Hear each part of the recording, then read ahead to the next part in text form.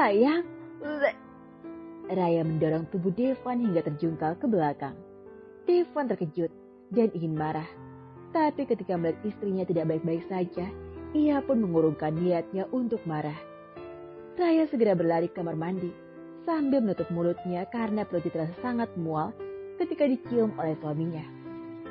Sayang, Devon panik dan berlari menyusul istrinya. Ia tidak mempedulikan kondisinya yang terlihat si golok masih gondal-gandul di bawah sana. Sayang, kau tahu apa? Tanya Devon mendekati istrinya dan memijat tengkuk Raya yang tengah muntah di wastafel. Aku tak baik. Kenapa badanmu sangat bau? Padahal sebelumnya aku merasa biasa saja, ucap Raya setelah membasuh wajahnya. Apa sudah lebih baik? Devon tidak mempedulikan perkataan Raya karena saat ini dirinya tengah dilanda rasa panik. Sudah sayang, terima kasih, ucap Raya kemudian menatap suaminya.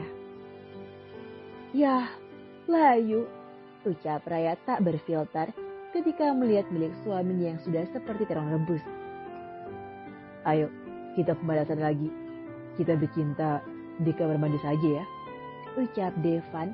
Dengan cepat ia menarik Raya ke dalam dekapannya dan mencium bibir istrinya itu dengan ganas.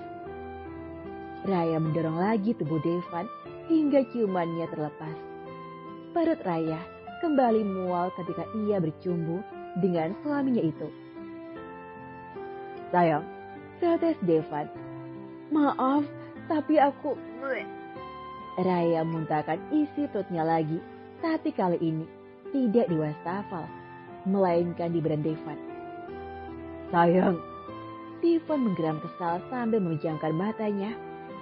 Aku benar-benar sangat mual. Tubuhmu sangat bau, apalagi mulutmu juga, ucap Raya dengan hati-hati. Kenapa dengan mulutku? Kesal Devon sambil membersihkan dirinya di bawah guyuran shower. Bau jigong, ucap Raya pelan. What? Bekik Devon tidak percaya dengan dikatakan istrinya. Devon mengembuskan nafasnya di tangannya, kemudian mencium telapak tangannya sendiri dan ia melakukannya berulang kali. Tidak bau, kau berbohong ya? Kesal Devon sambil menatap tajam istrinya yang masih polos tanpa memakai sehelai benang pun. Yang benar saja bau jigong, justru mulutnya wangi dan bau mint. Enak saja aku menuduh kau berbohong, balas Raya tak kalah kesal dengan suami super hotnya itu. Lalu, tanya Devon sambil menyugar rambutnya yang basah ke belakang, terlihat sangat seksoi dan menggoda. Bahkan Raya yang selalu melihat pemandangan yang menyejukkan mata ini pun menjadi salah tingkah dan malu-malu embek. Mana aku tahu, ketus Raya lalu memalingkan wajahnya. Mungkin Dede Gondong tidak ingin dijenguk papinya, lanjut Raya membuat Devon mengergit. Alasan, ucap Devon. Asal Om tahu ya, aku sangat menyukai asal mengasah golok Om, apalagi gaya-gaya Om yang bikin nagih dan buatku berkebayang. Mana mungkin aku menolak kegiatan mengenakan. Ups. Raya segera menutup mulutnya dengan telapak tangannya. Dengan mata indahnya yang membola sempurna.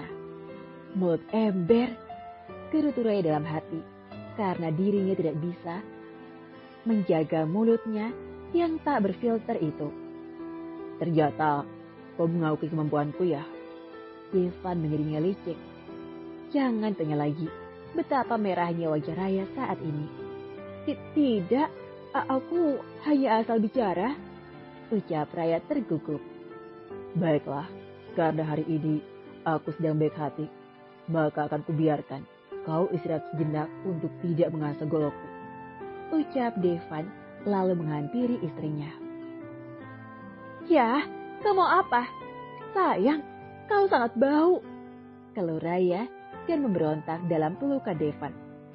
Aku tahu, tapi aku tidak akan membiarkan tanganmu diam, ucap Devon sambil mengambil tangan Raya dan mengarahkan ke pemilikannya yang super jumbo. Ya, asa dia dengan tanganmu. Pegel nggak tuh tangan? jangan hujat emak yang soleha ini ya. Halo semua, selamat datang dan selamat mendengarkan dalam audiobook novel yang berjudul My Sexy Old Man. Karya Lena Linol, Daber Marina Monalisa. Chapter 112, Pengganggu Kecil.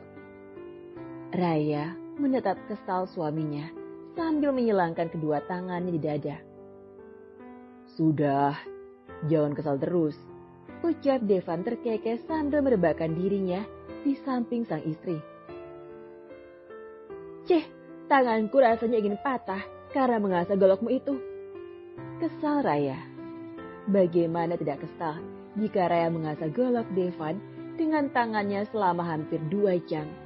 Ditambah lagi, Raya sangat mual dengan bau suaminya itu. Resiko, jawab Devan. Resiko apa? Kesal Raya. Ya, resiko mempunyai suami yang perkasa. Harusnya kau bangga karena mempunyai suami yang serba perkasa. Apalagi mempunyai golok super jumbo. Ucap Devan dengan narsis. Dan berhasil membuat Raya bertambah kesal. Jika aku bisa meminjam kantong ajaib Doraemon, aku akan meminta alat pengecil golokmu itu. Pungut Raya. Hei, jika golokku kecil, kau tidak akan puas dan mendesah. Kau mau seperti itu? Tanya Devan sambil menahan tawa. Tentu saja tidak. Raya segera menutup mulutnya sendiri. Dasar bodoh, batin Raya. Devan menyipitkan matanya sambil menatap istrinya dengan intens. Padahal dalam hati, Devan sedang tertawa terbahak.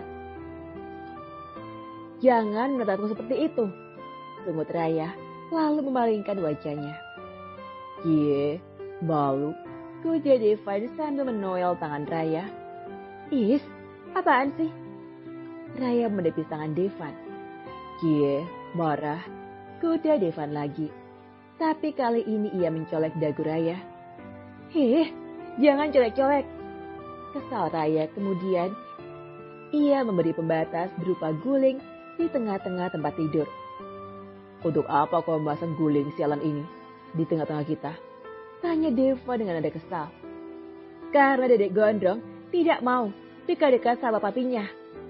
Awas kalau Om lewati batas ini, ucap Raya sambil menepuk guling pembatas itu berulang kali.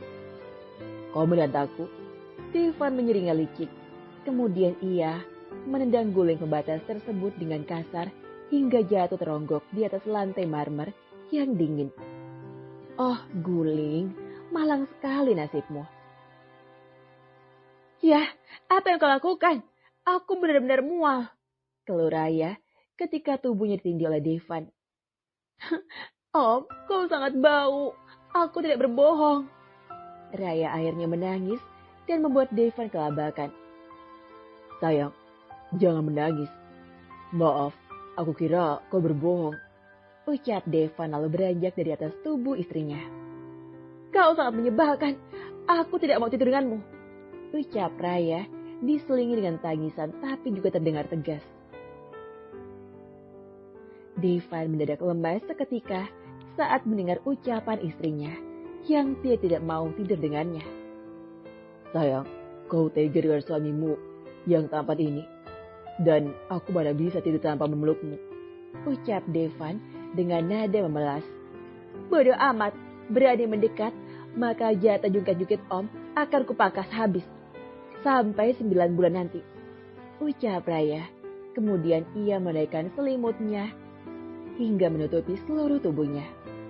Sayang, rengek Devan sambil menendang kaki Raya pelan dan berulang kali. Tapi Raya tidak merespon sama sekali. Baiklah. Demi Dedek Gondrong dan kesejahteraan golokku, aku rela tidur di atas sofa, ucap Devan meratapi nasibnya. Kemudian Devan beranjak dari tempat tidurnya, lalu mengambil selimut lainnya dari dalam lemari. Devan merebahkan dirinya di atas sofa yang ukurannya lumayan besar. Itu dengan kasar. Devan mengembuskan nafasnya dengan kasar. Kenapa nasibku lebih mengenaskan daripada Dedi ya? Tanya Devan pada dirinya sendiri.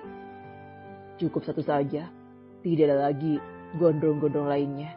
Ucapnya lagi dan tak berselang lama, ia terlelap dalam tidurnya di atas sofa tersebut. Cici menggeram kesal karena ulah suaminya. Dad, sudah. Choco chipsku rasanya perih sekali. Kalau Cece, karena suaminya itu terus mengemut Choco chipsnya seperti Ansel. Iya, sebentar lagi. Ucap Sander tak jelas karena mulutnya masih disumpal dengan botol gantung. Ayolah, Dad. Itu semua milik Ansel. Kalau Cece lagi. Tak berselang lama, Sander selesai dengan aktivitasnya. Sander melepaskan Choco Chips tersebut dengan kasar, kemudian ia mengusap bibirnya. Sander bersendawa dengan kencang, seolah-olah dirinya kekenyangan karena meminum kuah susu. Daddy, Cece memukul lengan suaminya dengan keras. Kenyang sayang, ucap Sander tertawa, lalu membetulkan penutup botol gantung tersebut dengan rapi. Dasar. Habisnya aku kesal karena harus berpuasa 3 bulan. Jadi jangan salahkan aku jika terus menggerayangi tubuhmu yang semakin terlihat seksi ini.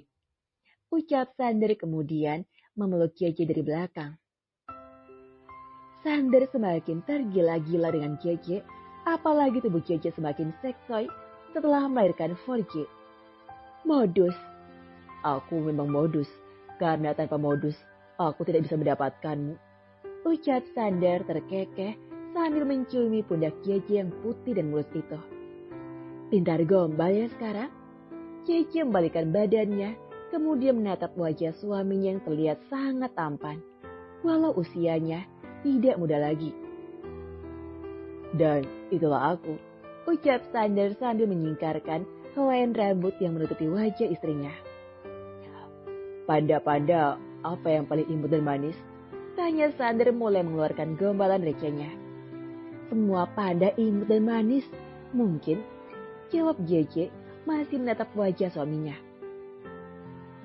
Ada satu panda yang paling imut dan manis, dan pastinya tidak membosankan, ucap Sander. Panda apa tuh? Tanya JJ. Kupandangin wajahmu.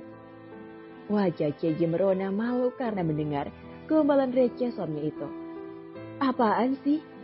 Jawab JJ masih merona malu. Sedangkan Sander tersenyum geli sendiri, dan ia pun tidak menyangka jika menikahi Jenita Putri bisa membuat hidupnya sempurna dan sebahagia ini. Baper, ucap Cece dengan gemas sambil mencubit kedua pipi suaminya. Jangan mencubit kedua pipiku, ucap Sander. Memang kenapa? Tanya Cece. Nanti kau ketagihan, ucap Sander lagi sambil terkekeh geli. Dasar, ucap JJ kemudian memeluk suaminya. Aku mencintaimu, bisik Sander. Aku juga sangat mencintaimu, Daddy. Walaupun usia kita berbeda sangat jauh, tapi cintaku padamu tidak akan berubah, justru semakin bertambah. Belas JJ lalu mengecup rahang tegas suaminya yang ditumbuhi bulu-bulu kasar di sana. Terima kasih atas cinta dan kebahagiaan yang telah kau berikan, Hani, ucap Sander semakin mengeratkan pelukannya. Jangan berterima kasih, Dad. Kau berhak dicintai dan juga bahagia. We love you, Daddy, ucap JJ lalu mencium bibir Sander dengan lembut dan penuh cinta. Aku juga mencintai kalian, balas Sander, kemudian ia mematuk bibir istrinya dengan ganas dan melumatnya kasar. Aku jadi ingin, keluh Sander ketika melepas bagutannya. Ya, aku merasakannya, jawab Cici saat merasakan sesuatu yang menonjol di bawah sana. Sander memejamkan matanya, keadaan inilah yang sangat menyiksa dirinya saat ini. Mau aku bantu? Atau mau sama Miss Lux? Goda Cici sambil terkekeh geli. Kau beladeku? Kesal Sander. Tidak, aku hanya menawarkan bantuan saja, jawab Cece menahan tawa. Baiklah, kalau begitu, maka kau harus... Ucapan Sander berhenti ketika mendengar suara ketukan dari pintu penghubung kamarnya dan kamar Forge. "Ada apa, Mbak?" tanya JJ ketika buka pintu tersebut hanya sedikit. "Maaf Nyonya, Tuan Muda Ansel tidak berhenti menangis,"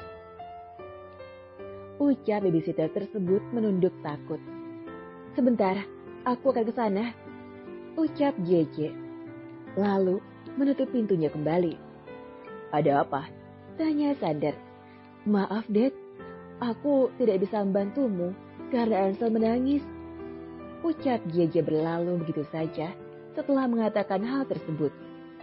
Sander menatap pedang pusakanya yang sudah berdiri tegak sambil berucap, "Dasar pegawai kecil," ketutup Sander, lalu berjalan menuju kamar mandi. Kasihan kedua lelaki itu, kasih hadiahnya yang banyak ya, please.